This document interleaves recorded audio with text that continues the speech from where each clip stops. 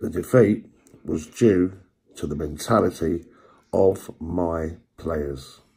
Played against a team that were far more determined to succeed, something which I do not accept.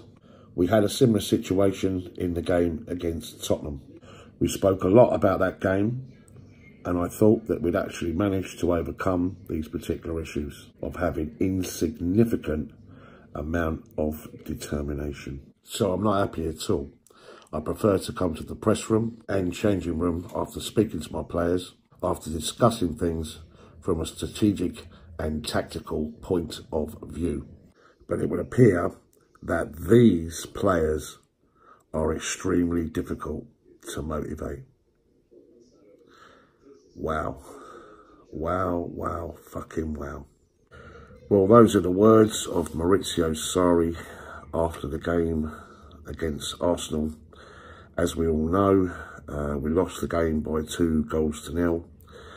And I don't think there's anything that he's saying in that particular message there, or the statement that he's making, which is incorrect. I do think that the players' attitude was appalling.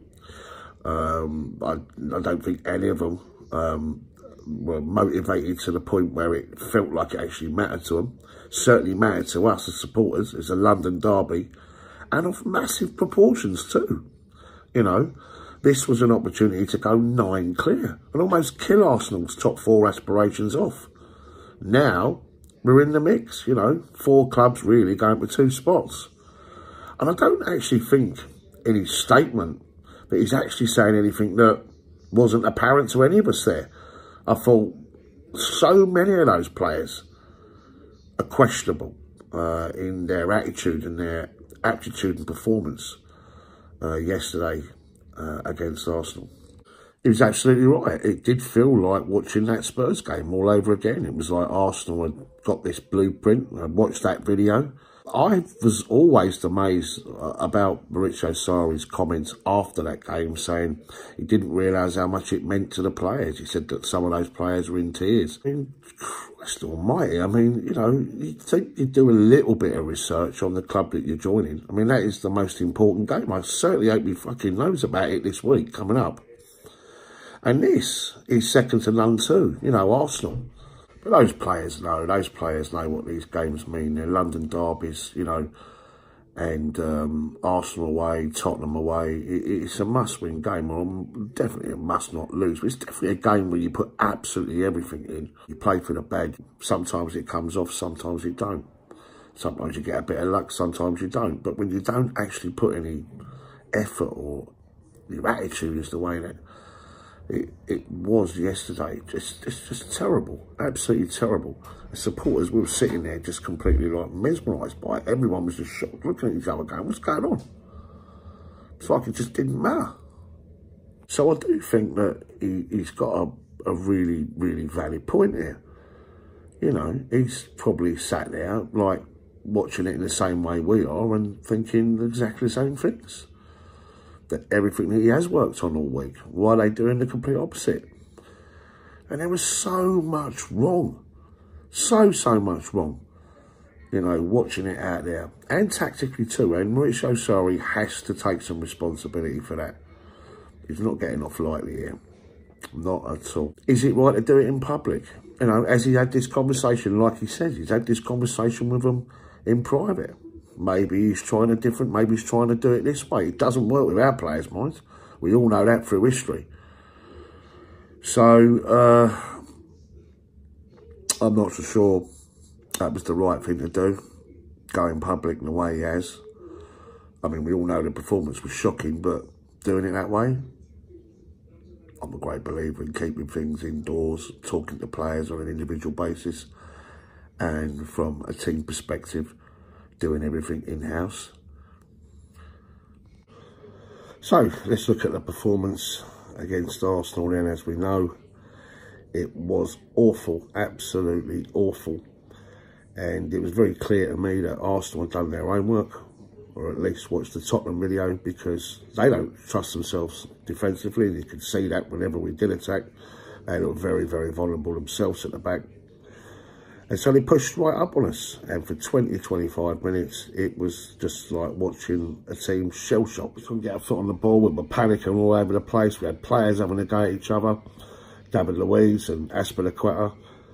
And it was just panic stations. It was just one side that knew that if they pushed right up against us, we were going to panic. You know, we had no time to control the ball. It was like we almost thought we had all the time in the world. And we didn't, because they were on us.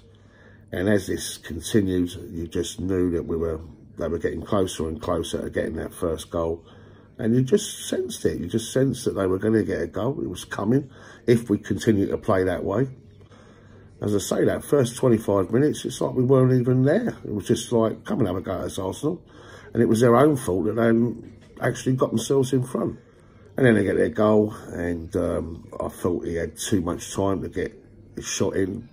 But it was a great goal, and don't get me wrong. And then we woke up, and we started to create some chances. But again, you know, Arsenal, they knew they didn't trust themselves, as I say, at the back themselves, so they were pushing up against us again. And before you know it, we're 2-0 down. They've got their crowd behind them. And it's exactly what you don't want, you know. I look at that side there yesterday, and David Luiz, to me, I thought it was very questionable, his whole attitude, all the way through it. I thought Marcus Alonso is just, I don't know what's going on with him right now, but he seems to be struggling. In fact, the back four itself, I think Cesar Aspilicueta, who's been excellent down the years, has been playing in multiple positions, but he's gone back to his original position, and he just seems to be struggling. I don't know whether it's the responsibility of being captain or what, I don't know, but he does seem to be struggling down that side.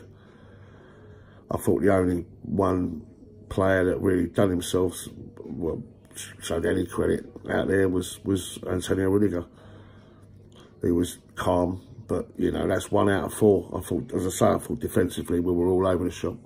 And Juninho, all the plaudits that he got at the start of the season, it does seem that these big games, these top 6 side games, especially London derbies, like, you know, it seems like he's the player that they target. They push right up on him. They don't allow him to play those balls. He doesn't have all the time in the world. He just looks like a fish out of water in these big games. And, you know, when you look at N'Golo Kante, who was player of the year, just an absolute class player, that Makelele role that's made us so shored up at the back. He was like our defensive wall. He's playing in a different position. I really do feel that N'Golo Kante needs to go back into that position, or at least we need to chop it about and change it when we come up against bigger and better sides, and especially London derbies, where you know it's going to be really, we're going to need that extra defensive qualities. And Junior hasn't got that. Yes, he's the outward ball, but he's not that wall, you know. And you've got to play to your strengths in these games. You've got to earn the right to play, and N'Golo Kante, for sure, needs to go back into that position, and then we become much, much more solid, or at least change it about when, as I say, we're up against bigger and better sides. Kovacic, I mean, I don't really know what this guy's all about, to be fair. Hasn't really proven himself international level, either at Real Madrid or wherever he's been. And yes, he looked good at the start of the season, but his performances are starting to fade. I do wonder whether he is all that, and maybe I'm wrong. You know what I mean? I hope I'm wrong, but it's just the recent games and that. It's just it's almost forgettable, you know, when he's on the field.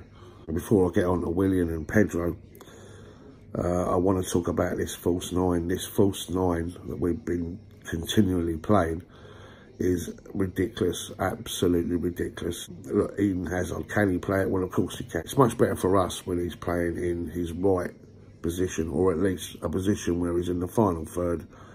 You know, he's got a free rein where he can drift left, right, behind the strikers, and he does the damage in the last third, you know, where he's explosion of energy and all that. But when he's being asked to do that, centre forwards role where the balls are going into him, and it just doesn't work. Yeah, I mean, we should have played Olivier Giroud right from the start, you know, and I just don't get it. Don't get it at all. We need a striker. We know we need a striker. We need a striker for a long time. We are in this position. It's self-inflicted, and we know it. Alvaro Morata's no good. It wasn't no good last year. He's not been no good this year. He hasn't got that strength of character to deal with the physical side of this league. I'm sure he'll do very well back in La Liga. I'm sure he will, but I don't think he's cut out for the Premier League. And we've always needed a striker. It's just ridiculous to even be having this conversation. We've always needed a second striker of quality, let alone one. And we haven't got one right now. So I'm hoping that Higuain's going to make the difference. But as soon as I saw Eden Hazard as that false nine before the start of the game, I knew he was banging trouble, to tell you the truth, because we're not getting the best out of Hazard. Hazard is a game changer. And, you know, you need him in that final third. That's where you want him, right? Because that's where he's going to do the damage. It's certainly not playing as a false nine. Been a lot of talk about Willian and do we cash in on him, and, you know, do we look to replace him? And let's be honest, Willian is one of those where he can be incredible and then woeful. And I mean that with the greatest of respect. I thought our shooting boots were completely off at the weekend. It was almost like they're all trying to, it was like watching Mourinho, actually, where they're all palming the ball off and no one wants to have a dig, you know, no one wants to have a shot. And you've got a question here, Maurizio Sarri, because even his substitutions, I thought they were well questionable. I mean, he brings on Ross Barkley for Kovacic. All right, Kovacic wasn't doing himself. I mean, it was just a nothing performance. But I felt at that time, tactically, it should have been changed. You know, we were 2-0 down. We needed a goal. Hazard needed to be free. And when he did bring Giroud on, obviously Willian come off at that time. So then we got Pedro and Hazard either side of Giroud. We looked better. We looked much, much better. And we had Arsenal penned in the last 10s. Where, you know, you get a goal, all of a sudden, maybe you might nick a draw, you know. We know what football's like, but we certainly had better balance when Giroud was on the field, i.e. a proper centre forward. And lastly, Hudson-Odoi. I mean, he come on for Pedro. I thought Pedro done okay, but, I mean, he had a couple of really great chances where the ball was just blazing over the bar, you know. I mean, they really do need to work on their shooting. I guess it's all about confidence, etc. But I think we looked all right, you know, with Hudson-Odoi. We just looked like we had more energy, much more energy, you know. It was a better second half performance than the first, let's be honest. But it wasn't good enough, you know. I mean, that was an opportunity, as I say, to go 9 clear of Arsenal, really put it on them. And it's a disgrace, you know, that we didn't put that level of effort in, which we should do. It shouldn't even be something which we even put into question. It's Arsenal way, you know. You put it in. If you lose, you lose. But, you know, one thing you don't do is you get your attitude right. Now, I don't really know where we're going with it as a club right now, but what I do know is everyone's got to pull together. And although it doesn't seem great right now, especially with that press conference of Maurizio Sarri, what we do know is we're only a few days away from possible glory. And that's the whole thing about us right now. We do have to put things into perspective a little bit. We are in genuine transitional period as a football club. Probably the first time since AVB. But what I mean by that is we're trying to change our philosophy, our direction, our ethos, the way the chairman wants us to play. It does feel like we're in a bit of one of those sort of periods of our history where we might have to ride out the storm, but we have to put it into perspective. Yeah, in the last 21 seasons, we won 22 trophies, you know, and that's just success, a success, a success. And we are, on Thursday, one game away from getting to Wembley again. So we have to put this into perspective. All's not lost here. We're still fourth in the league. Arsenal's still 3 behind. United's still 3 behind. League's gone. Obviously, it's Liverpool's or City's. We know that. But we've got a chance. You know, we're in the mix, yeah? We've just got to put it right. I hope those players now are going to knuckle down and realise how fucking important Thursday is. Because, you know, it's against the enemy. And without a lot of players, a lot of key players, you know, Harry Kane, Song doesn't play because he's playing overseas, and Dele Alli. Sissoko's out as well. I mean, they've got a lot of issues, you know. So there's no fucking excuses. You know, we've got to turn up. We've got to beat Tottenham. But I think we need to put this all into perspective. But something's niggling me right now about this whole thing right now, you know. Especially that press conference. I think once it goes down that road, it's hard to pull it back. I hope I'm wrong. You know, because this Sarri ball hasn't really been given a chance, you know. He's got to get his own players in, and as I say, let's hope he'll go in. He's eligible to play on Thursday night, because we fucking don't want to be playing Hazard as a 9. As I say, it's a fucking complete waste of Hazard, that's for sure. But all in all, performance-wise, I'd give it a 3 at best. It was shit, and you could see the players are embarrassed at the end. Only, I think it was Cesar Azpilicueta that kind of half come towards us and give us a bit of a clap. The rest of the players just traipsed off. They knew, they fucking, you know, they didn't do themselves any favours out there. Just fucking shit. And of course, it's us supporters, we've got to take it when we go outside and we've got to make our way home, you know, because they're all fucking full of joy. We've just beaten Chelsea 2-0. And we look shit. You know, and we're so much better than that, you know. So I think we need to put it all into perspective. However, we have got some issues and we do need to sort those issues out. But we need to do it in-house, you know. Anyway, thanks for listening, guys. And I'll do a review with Spurs and I'll speak to you soon. Please take a look at my website. That's www.paulcannavillefoundation.com. Hey, look forward to seeing you at the bridge. Catch up.